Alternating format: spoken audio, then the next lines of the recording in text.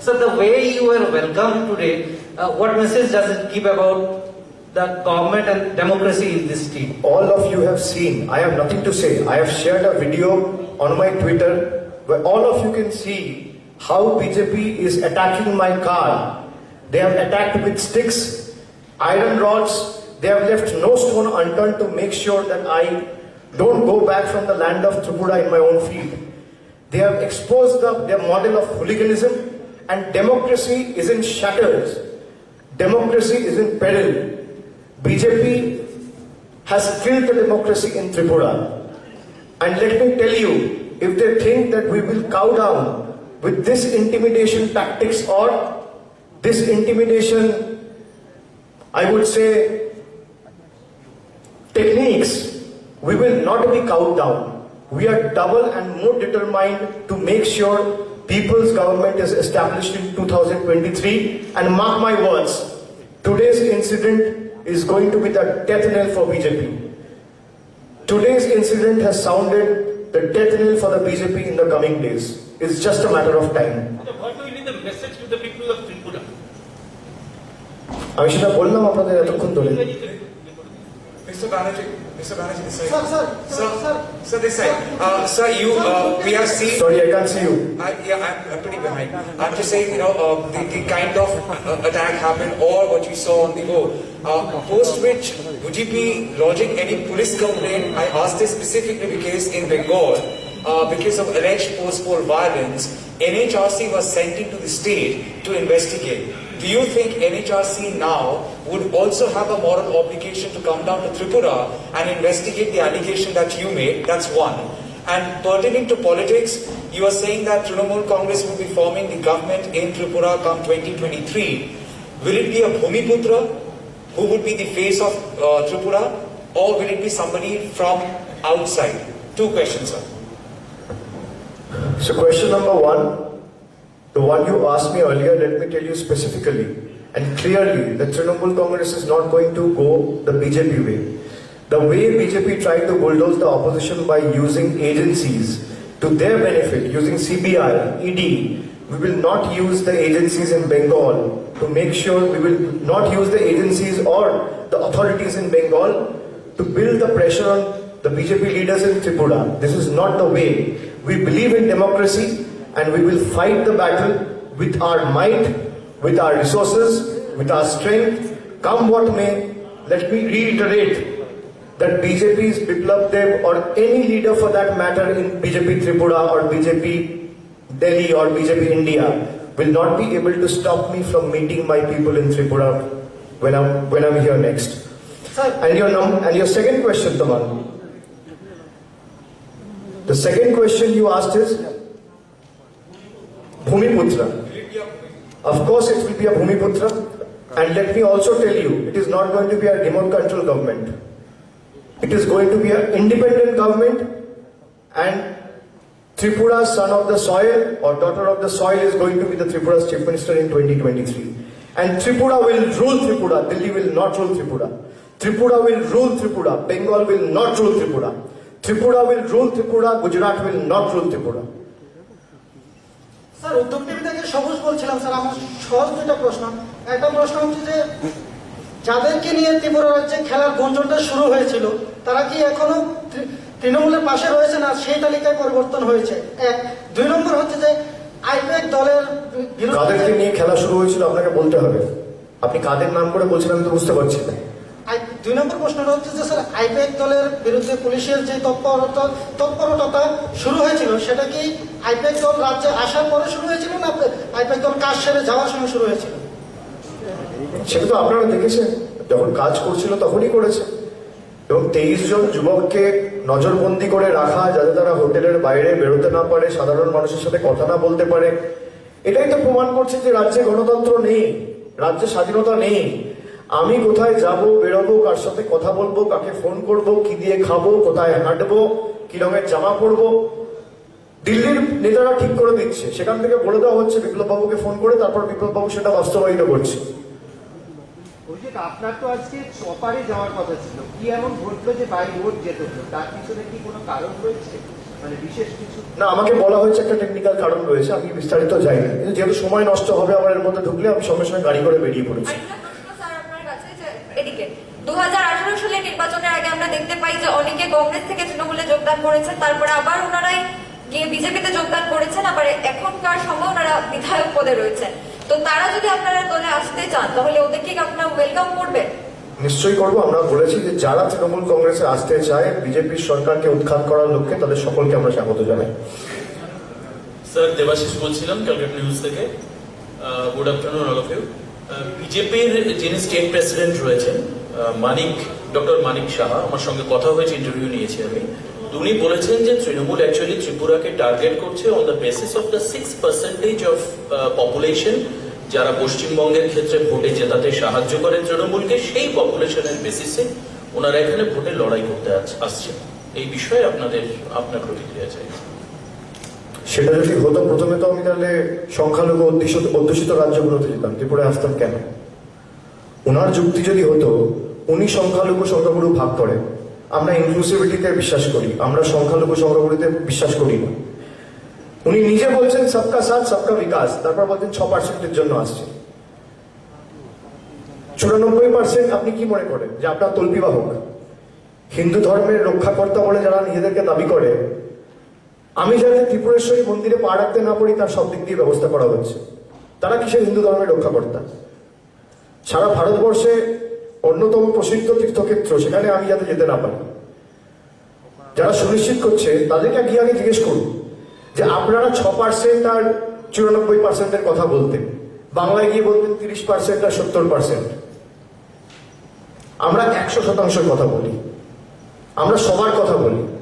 আমরা যখন পরিষেবা দিই, মমতা ব্যানার্জি যখন কন্যাশ্রী দিচ্ছে, স্বাস্থ্যসাথী দিচ্ছে, 6% আর 94% নয়। যে হিন্দু সেও পাচ্ছে, যে মুসলমান সেও পাচ্ছে, যে খ্রিস্টান সেও পাচ্ছে, যে শিডিউল কাস্ট সেও পাচ্ছে, যে শিডিউল ট্রাইব সেও পাচ্ছে, যে শিখ সেও পাচ্ছে। সর্বধর্ম সমন্বয়ের কথায় বিশ্বাস করি। নানা ভাষা, নানা মত, নানা পরিধান, বিবিধের মাঝে দেখো মিলন মহান। তৃণমূল কংগ্রেসের এটাই মূল মন্ত্র। Thank you sir. Next, Bengal model আপনারা বলছেন যে ত্রিপুরাতে বেঙ্গল মডেল কি পোজ করা হবে, যদি একটু ইলাবোরেটলি ডিসকাস করেন যে বেঙ্গল মডেল মানে বেঙ্গল ডেভেলপমেন্ট মডেল। মমতা ব্যানার্জি যে কথাগুলো দিয়েছে, মমতা বন্দ্যোপাধ্যায় প্রতিশ্রুতি বাস্তবায়িত করে দেখিয়েছে। মমতা ব্যানার্জি যখন বলেছে আমি স্বাস্থ্যসাথীর কার্ড করব, স্বাস্থ্যসাথীর কার্ড করে তিনি মানুষের হাতে তুলে দিয়েছে। শুধুমাত্র যার নামে স্বাস্থ্যসাথী কার্ড হয়েছে, সেই পরিবারের গৃহকর্ত্রীর নামে স্বাস্থ্যসাথী কার্ড করে তার পরিবারের স্বামী বা শাশুড়ি বা শ্বশুর বা ছেলে বা মেয়েকে সীমাবদ্ধ রাখেনি। সেই গৃহকর্ত্রীর নিজের মা বাবাকেও স্বাস্থ্যসাথীর আওতায় নিয়ে এসেছে। এটা বেঙ্গল মডেল।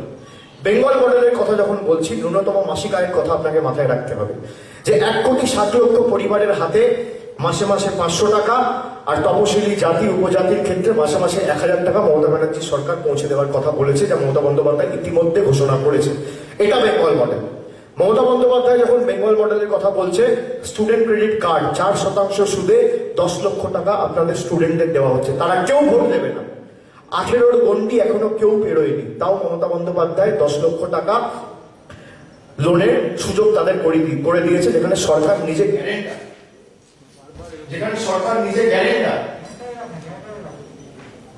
এটা হচ্ছে বেঙ্গল মডেল। কন্যাশ্রী, যেখানে বিশ্ব দরবারে মমতা বন্দ্যোপাধ্যায়ের হাত ধরে বিশ্ব বন্দিত হয়েছে, এটা বেঙ্গল মডেল। মানুষ নিজের ভোট নিজে দিয়েছে, এটা বেঙ্গল মডেল। স্বাস্থ্যসাথী কার্ড, এটা বেঙ্গল মডেল। খাদ্যসাথী, 10 কোটি মানুষ আজকে খাদ্যসাথীর আওতায় বিনা পয়সায় খাদ্য, স্বাস্থ্য, চাল, গম পাচ্ছে, এটা বেঙ্গল মডেল।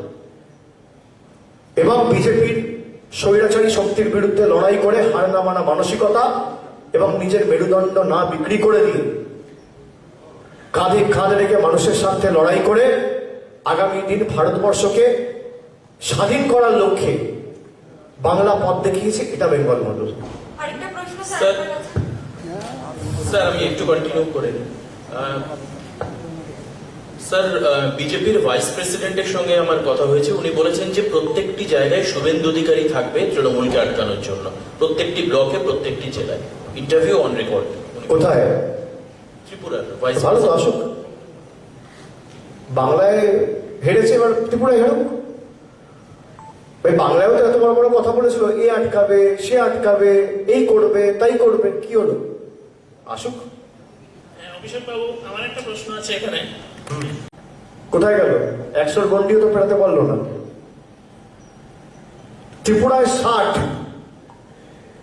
বিজেপির নেতৃত্বকে চ্যালেঞ্জ করে গেলাম, পায়ের তলার জমিটা পারলে বাঁচিয়ে রাখবেন। আপনাদের বিদায় ঘন্টা আজকে বেজে গেছে। আর বিপ্লব বাবুকে অনুরোধ করব, অতিথি দেব ভব, আপনি যেভাবে আমাকে স্বাগত জানিয়েছেন আমি আপ্লুত। আমি বারে বারে ত্রিপুরা আসবো, কিন্তু আতিথেয়তা দেখতে গেলে একবার দয়া করে বাংলায় আসবেন এবং তৈরি থাকুন। আর আপনাকে অনুরোধ করে গেলাম, আপনার বন্ধুদের সাথে কথা বলে রাখুন, কোনো প্রিন্টিং প্রেস ভালো দেখে রাখুন, আর প্রাক্তন মুখ্যমন্ত্রীর প্যাডটা আজ থেকে ছাপিয়ে রাখুন। তৃণমূল কংগ্রেস ত্রিপুরাকে চ্যালেঞ্জ হিসেবে দিচ্ছে এবং দল যখন আমাকে দায়িত্ব দিয়েছে, আপনারা নিশ্চিত থাকুন শেষ রক্তবিন্দু পর্যন্ত তৃণমূল সর্বশক্তি দিয়ে ত্রিপুরার মাটিতে লড়াই করবে 2018 আগে এবং পরে আপনাদের স্বার্থে। ত্রিপুরার মা ভাই বোনেদের অনুরোধ করব, মায়েদের, বোনেদের, দাদাদের, ভাইদের, বন্ধুদের, সমবয়সী, সহকর্মী, সতীর্থ, যারা যেখান থেকে আজকের এই সাংবাদিক বৈঠক দেখছেন, শুনছেন, আপনারা এগিয়ে আসুন। যারা বিজেপিকে পরাজিত করতে চান, বিজেপির বিরুদ্ধে লড়াই করতে চান, এদের স্বৈরাচারী মনোভাবের বিরুদ্ধে রুখে দাঁড়াতে চান, তৃণমূল কংগ্রেস আপনাদের সাথে দাঁতের দাঁত চেপে দাঁড়িয়ে লড়াই করবে আগামী দিনগুলোতে। আমি অত্যন্ত দায়িত্বের সাথে বলে যাচ্ছি। এবং যারা ভাবছে যে আজকে অভিষেক বন্দ্যোপাধ্যায় সাংবাদিক বৈঠক করবে, তারপর একটা ছোট মিটিং করে চলে যাবে আর আসবে না, আপনাকে চ্যালেঞ্জ দিয়ে গেলাম, আপনার দিল্লির নেতা জবার আসবে তার থেকে 5 গুণ বেশি আমি আসবো। আপনার দিল্লির নেতারা জবার আসবে তার থেকে 5 গুণ বেশি। যদি ওরা মাসে 2 বার আসে, আমি 10 বার আসবো। যদি মাসে 1 বার আসে, আমি 5 বার আসবো। ক্ষমতা থাকলে চ্যালেঞ্জ অ্যাকসেপ্ট করবে। আমি আবার 2 সপ্তাহ পরে আসবো, এই মাসে আরো 2 বার আসবো, সেপ্টেম্বরে 3 বার আসবো, দরকার হলে 4 বার আসবো, প্রতি সপ্তাহে আসবো। পাখির চোখ করে ত্রিপুরায় গণতন্ত্রের উদ্ধার করার লক্ষ্যে আমরা লড়াই করব। যারা ভেবেছেন তৃণমূল কংগ্রেস খালি সংগঠন খুলে চলে যাবে আর আসবে না, বাংলার লড়াই দেখেছেন তো, এখনো যদি না শেখেন শিখুন। 2016 আর 2021 তৃণমূলের মধ্যে পার্থক্য রয়েছে, এটা বিজেপি নিজেও উপলব্ধি করে। আর মমতা বন্দ্যোপাধ্যায় যখন আমাদেরকে দায়িত্ব দিয়েছে, আমরা সকলে নেত্রী সৈনিক হিসেবে কাজ করছি। আমি তো দেখেছি, আমি তো রাজনীতির ছাত্র হিসেবে আপনাদের বলছি, মানুষের মধ্যে আমি যা উপলব্ধি করেছি আজকে, মানুষের ভালোবাসা। রাস্তায় দাঁড়িয়ে আছি, গাড়ির পর গাড়ি মানুষ রাস্তায় নেমে গিয়ে গাড়ি থেকে বেরিয়ে এসে আমাদের আশীর্বাদ করছে, হাত নাড়ছে, নমস্কার করছে, বয়স্করা আশীর্বাদ করছে। এই জন্যই তো বিজেপি সরকার নিরাপত্তাহীনতায় ভুগছে।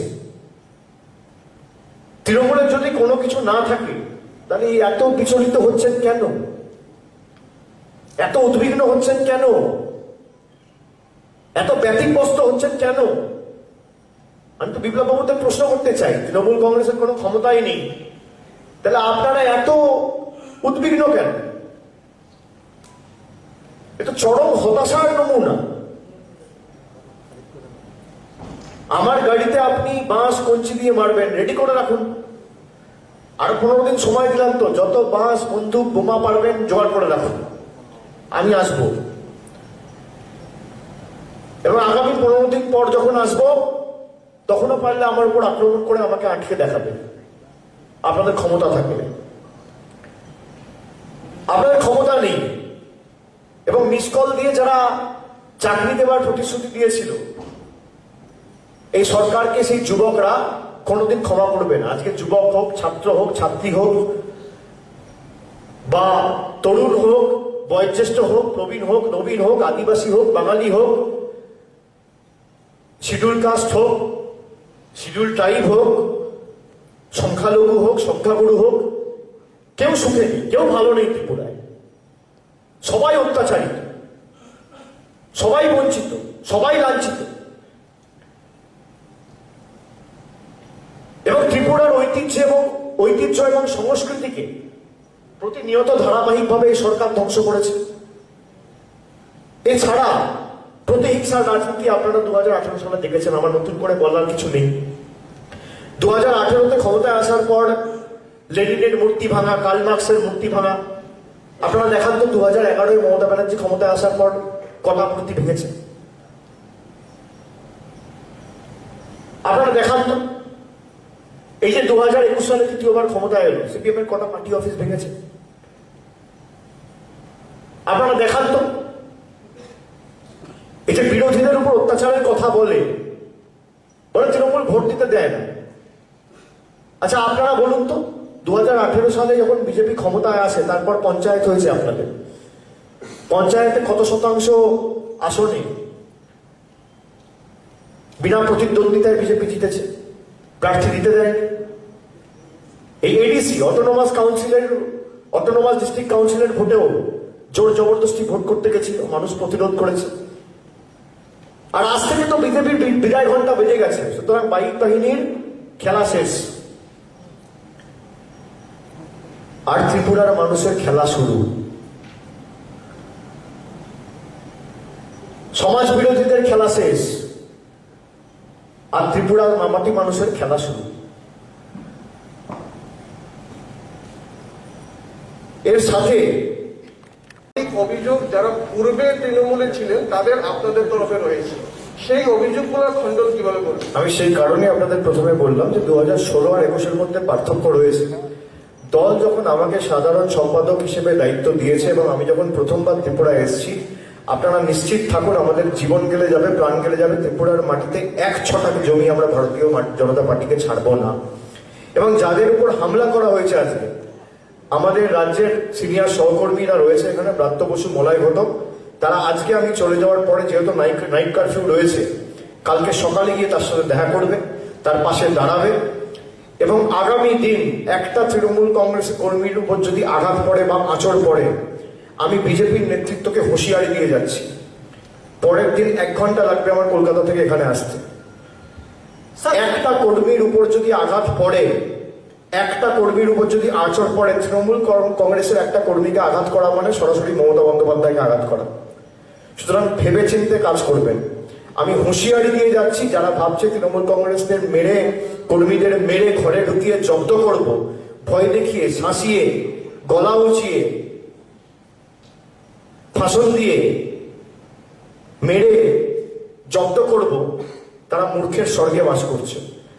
আপনি যত মারবেন আমাদের আন্দোলন তত তীব্রতর হবে, প্রতিবাদের ভাষা তত তীব্রতর হবে, লড়াই তত বাড়বে, সাংগঠনিক শ্রীবৃদ্ধি তত বাড়বে।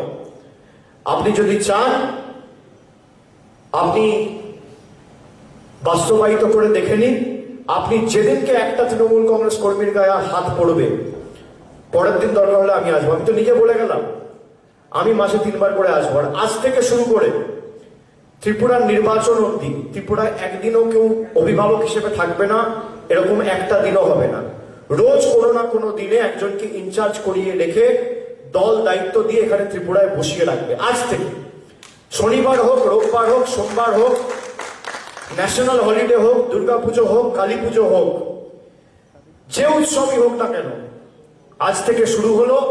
পরপর রোজ কেউ না কেউ ইনচার্জ হিসেবে ত্রিপুরায় থাকবে এবং সরাসরি আমার সঙ্গে যোগাযোগ থাকবে। এবং যদি কেউ তৃণমূল কংগ্রেসের কর্মীর গায়ে একটা আঁচড়ও থাকে, সরাসরি সে মমতা বন্দ্যোপাধ্যায়ের উপর আঘাত করছে, এটা যেন ভুলে না যায়, তার কনসিকুয়েন্সের জন্য যেন তৈরি থাকে ভবিষ্যতে। স্যার, ত্রিপুরাতে লড়াইটা মূলত কোন যুবন একটা অ্যাক্সিডেন্ট হয়েছে, দ্য অ্যালিগেশন ইজ দ্যাট। ভাই আমি তো ভিডিও দিয়ে দিয়েছি, উনি ভিডিও দিয়ে দিক, অ্যালিগেশন না। সেটাই আমি বলছি। আমি অনুরোধ করবো, আমি যেমন ভিডিও তুলে দিয়েছি ওনাকেও ভিডিও তুলে দিতে বলবো। আমি শেষাদ্রি বলছি, টাইমস 24 নেটওয়ার্ক থেকে। আপনি বলছেন যে প্রতিশোধমূলক রাজনীতি আপনি করবেন না, কিন্তু কলকাতা হাইকোর্ট অবিলম্বে রাখাল মেলাকে হেফাজত থেকে মুক্তি দিতে এবং তার বিরুদ্ধে আর কোনো এফআইআর নথিভুক্ত না করার নির্দেশ দিয়েছে। এই ব্যাপারে আপনি কি বলবেন? কি কারণে ধরা পড়েছিল আপনি জানেন? আপনার থেকে আমরা জানতে চাইবো। না, আপনি জানেন, আমি আপনাকে জিজ্ঞেস করছি, আমি তো বলবো, বলুন। সেই ব্যাপারটা নিয়ে স্যার সম্পূর্ণ আমরা বলতে চাই না, কিন্তু এই না, আপনাকে জিজ্ঞেস করছি, আপনি বলুন, আমি তো জবাব দেবো। আপনি বলছেন প্রতিহিংসা পরায়ণের রাজনীতিতে আমি বিশ্বাস করি না, আমি করি না। কলকাতা হাইকোর্টের অর্ডারকে আমরা মান্যতা দিই, কিন্তু কি কারণে উনি ধরা পড়েছিলেন আপনি কি জানেন? না তাহলে আপনি প্রশ্নটা করছেন কি করে আমাকে? আপনি অর্ধসত্য জেনেই তো আমাকে বলছেন। স্যার এটা তো একটা উনি চাকরির প্রতিশ্রুতি দিয়ে টাকা নিয়ে ধরা পড়েছিল। কেস সাবজুডিস, কেস বিচারাধীন, সেই জন্য হাইকোর্টে তিনি, বিচার ব্যবস্থার উপর আমাদের আস্থা রয়েছে, হাইকোর্টে মামলা হয়েছে। হাইকোর্টে সিঙ্গেল বেঞ্চের যদি অর্ডার থাকে, ডিভিশন বেঞ্চে সরকার গেলে যাবে, তখন তো দেখা যাবে প্রতিহিংসা পরায়ণ সরকার করছে না অন্য রাজনৈতিক দল করছে। আপনারা কি চান?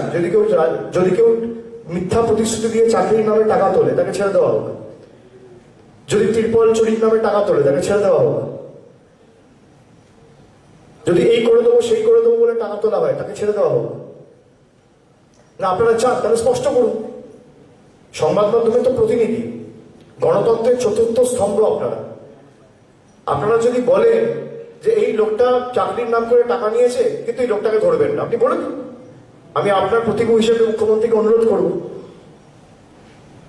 ধন্যবাদ স্যার। বলছি বিজেপি আজকে যেটা বলছে যে এই যে বিভিন্ন জায়গায় লোক জড়ো হয়েছিল, সেটা শুধুমাত্র বিপ্লবদেব ভ্যাকসিনেশন নিয়ে ভালো কাজ করেছেন, করোনা যুদ্ধে সামিল হয়েছেন, তাকে ধন্যবাদ দেওয়ার জন্য বিজেপি বিভিন্ন জায়গায় এই কর্মসূচি পালন করে। খুব ভালো কথা, কিন্তু হাতে লাঠি নিয়ে আর শাবল নিয়ে ধন্যবাদ দিতে হয় আমি জানি না।